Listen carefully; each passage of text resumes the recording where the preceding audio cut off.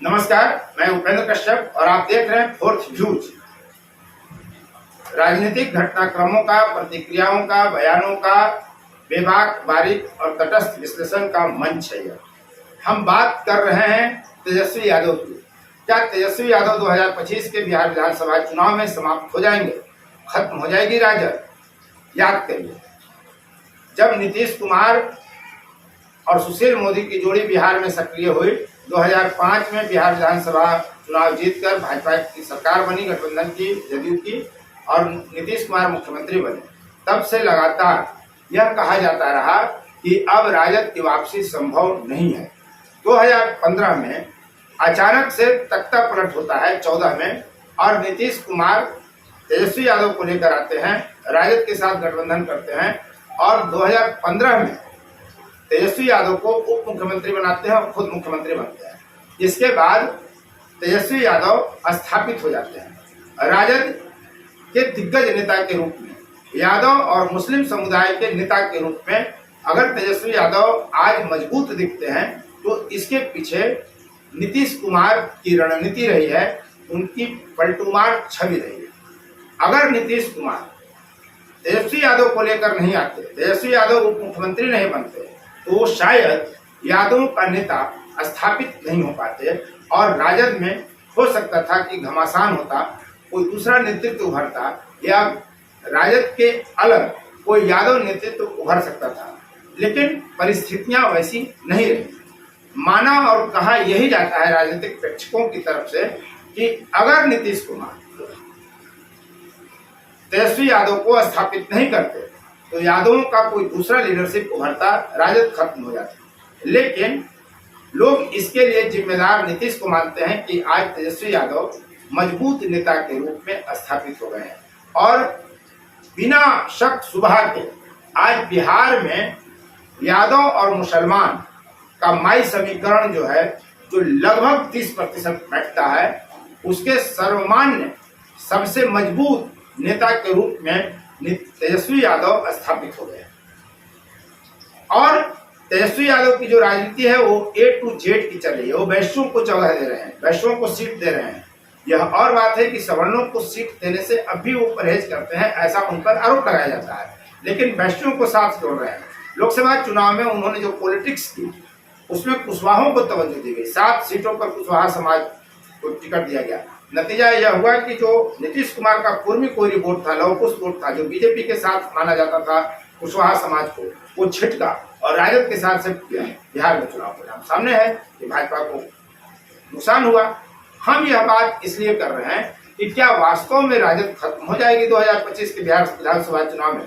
क्या वास्तव में राजद खत्म हो जाएगी? तेजस्वी यादव खत्म हो जाएंगे? हम यह बात इसलिए कर रहे हैं कि केंद्रीय गृह राज्य मंत्री नित्यानंद राय, जिनको भाजपा ने बिहार में प्रयोग के रूप में इस्तेमाल किया कि वो यादवों को तोड़ सके, छिटका सके राजद से और भाजपा के पाले में यादव मतों को जोड़ सके, जिसमें हालांकि उनको कामयाबी नहीं मिली। भाजपा ने भूपेंद्र यादव के लिए भी इसी तरह का प्रयोग किया, लेकिन तब भी भूपेंद्र यादव भी और नित्यानंद राय भी, दोनों ही नेता यादव समाज का वोट भाजपा के पाले में नहीं ला सके, राजद से यादव को दूर नहीं कर सके। तेजस्वी यादव से, लालू यादव से यादव को दूर छिटकाकर भाजपा के पाले में खड़ा करने में सफल नहीं हो सके। अब वही नित्यानंद राय कह रहे हैं कि परिवारवादी और भ्रष्टाचारी नेता तेजस्वी यादव को 2025 के विधानसभा चुनाव में हम खत्म कर देंगे, समाप्त कर देंगे। यानी भाजपा और नीतीश कुमार की सरकार बनेगी, जदयू की सरकार बनेगी, भाजपा आगे रहेगी और राजद कहीं नहीं दिखेगी। याद करिए 2020 के बिहार विधानसभा चुनाव में भाजपा ने एक प्रयोग किया या नहीं किया, लेकिन आरोप भाजपा पर ही लगता है कि चिराग पासवान नाम का एक हनुमान खड़ा किया गया, जिसने जदयू को तीसरे दर्जे की पार्टी बनाकर बिहार में छोड़ दिया। 43 सीटों पर जदयू सिमट गई, जबकि राजद और भाजपा को अच्छी ताकत मिली। राजद को जहां 75 सीटें मिली थी और 23.5% वोट मिला था 2020 के चुनाव में, वहीं भाजपा को 74 सीटें मिली और 19.8% वोट मिला था। जदयू मात्र 43 सीटों पर सिमट गई थी, जिसे 15.7% वोट मिला। इंडियन नेशनल कांग्रेस को 19 सीटें मिली थी और 9.6% वोट मिला था। CPI-ML को 12 सीटें मिली विधायक बने उसके और 3.2% मात्र वोट मिला था। तो हमारा प्रश्न यही पर शुरू होता है कि जिस तरह से नित्यानंद राय ने प्रवचन दिया, क्या उसका कोई इम्पैक्ट पड़ेगा?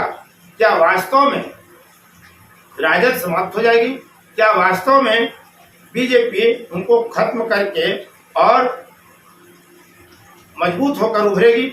हम बात करते हैं पिछले विधानसभा चुनाव का ही अगर आप देख लें तो मगध और शाहबाद प्रमंडल से पूरी तरह भाजपा और जदयू का सफाया हो गया था। मगध और शाहबाद में कुल 37 सीटें हैं जिसमें जदयू का खाता भी नहीं खुला था। आप कह सकते हैं कि चिराग पासवान फैक्टर है, लेकिन कोई चुनाव ऐसा नहीं होता है जब हार जीत में कोई इस तरह का फैक्टर काम न करता हो। भाजपा ने 3 और हमने 3 सीट जीतकर एनडीए की लाज बचाई थी।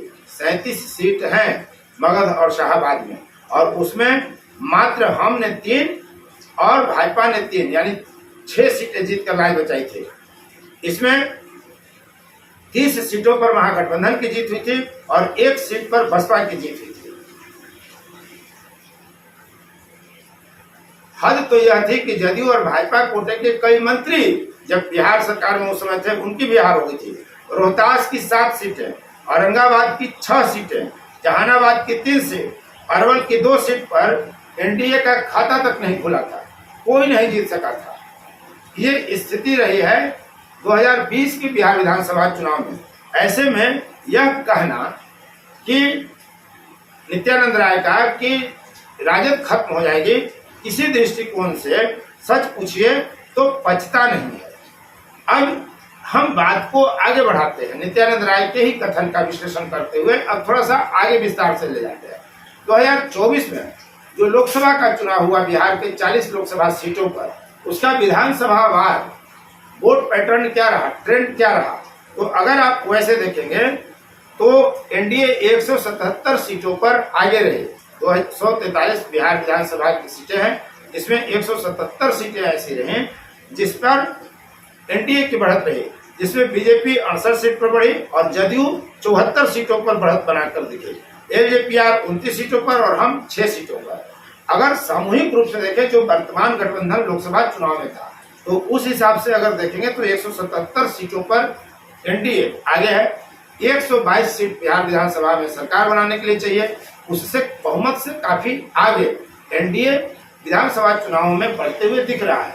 लेकिन यह भी ध्यान रखिए कि जो लोकसभा का चुनाव होता है वो केंद्रीय मुद्दे पर होते हैं, देश के मुद्दे पर होते हैं, और बिहार विधानसभा का जब चुनाव होगा तो वोट का ट्रेंड, वोट का पैटर्न पूरी तरह बदल जाता है। कभी कभी यह भी होता है, कोई जरूरी नहीं कि लोकसभा चुनाव में अधिक सीटें लाने वाला दल या नेता विधानसभा के चुनाव में भी वो कामयाबी हासिल कर सके। संभव है कि वहां उसकी हार हो जाए, संभव है उसकी सीटों की संख्या काफी घट जाए। तो ये ट्रेंड रहा है। अब हम आईएनडीआईए की बात कर लें, जिसमें राजद लीड कर रहा है, कांग्रेस है, भाकपा माले है और उसमें राजनीतिक दल है, मल्लाह की पार्टी है सहनी की, तो उनको 66 सीटों पर मात्र बढ़त मिली थी। यानी राजद को 35, कांग्रेस को 12, माले को 12, सीपीआई को 1, वीआईपी को 1 और 5 को निर्दलीय पर बढ़त मिली है विधानसभा क्षेत्र में, यानी मात्र 66 सीटों पर। अगर लोकसभा का ही ट्रेंड विधानसभा के चुनाव में सेम अगर रहता है तो दूर दूर तक आईएनडीआईए नहीं है। एनडीए की सरकार बनती हुई 2025 में दिख रही है, लेकिन याद रखिए कि लोकसभा चुनाव और विधानसभा के चुनाव में काफी बड़ा अंतर होता है। दोनों के मुद्दे अलग होते हैं, वोट के ट्रेंड अलग होते हैं, वोट के पैटर्न अलग होते हैं। इसलिए नित्यानंद राय का यह कहना कि तेजस्वी यादव को हम समाप्त कर देंगे, राजद को खत्म कर देंगे, कुछ हद तक लोकसभा के ट्रेंड पर अगर देखें तो कुछ लगता भी है, लेकिन 2020 के बिहार विधानसभा चुनाव के परिणाम का अगर विश्लेषण करें तो ऐसा कतई नहीं दिखता है। एक बात तय है कि अगर व्यक्तिगत दलों की बात करें, यानी राजद की बात अलग करें, कांग्रेस की बात अलग करें, माले की बात अलग करें, भाजपा की बात अलग करें, जदयू की बात अलग करें, हम की बात अलग करें, लोजपा की बात अलग करें, तो अकेले दम पर आज जितना वोट जातीय समीकरण के बिना तो आप वोटों का विश्लेषण नहीं कर सकते। तो जातीय आधार पर लगभग 30% वोट ठोक ठिठा कर राजद के पाले में है, यादव और मुसलमान का। कुछ पिछड़े, अति पिछड़े दलित भी उसमें जुड़ते हैं। तो राजद से बड़ा वोट बैंक आज की तारीख में किसी दल के पास व्यक्तिगत तौर पर नहीं है। गठबंधनों का दौर है, गठबंधन के कारण ही चुनाव परिणाम सामने आएंगे, वो बात अलग है। लेकिन नित्यानंद राय का ये कहना कि तेजस्वी यादव को खत्म कर देंगे, यह कभी संभव नहीं दिखता, इसलिए कि वो एक बड़ी ताकत है राजद और उसका जनाधार बड़ा है। अकेले दम पर उतना वोट किसी के पास नहीं है, यह तय है। तो अब तक इस वीडियो में बने रहने के लिए आपको बहुत बहुत धन्यवाद। हम आपसे अपील करते हैं कि आप फोर्थ न्यूज को जरूर देखें, यूट्यूब में सर्च करें, उसे देखें, उसे सब्सक्राइब करें, शेयर और लाइक करें, कमेंट जरूर करें। आपके कमेंट से हमें आपकी भावनाएं समझ में आती हैं, हम अपने में बदलाव लाते हैं, आपके पसंद के मुद्दे चयन करने में हमें सहूलियत होती है। तो आप कमेंट जरूर करें इस मंच पर। बहुत बहुत धन्यवाद। फोर्थ व्यूज, चौथा विचार, बाकी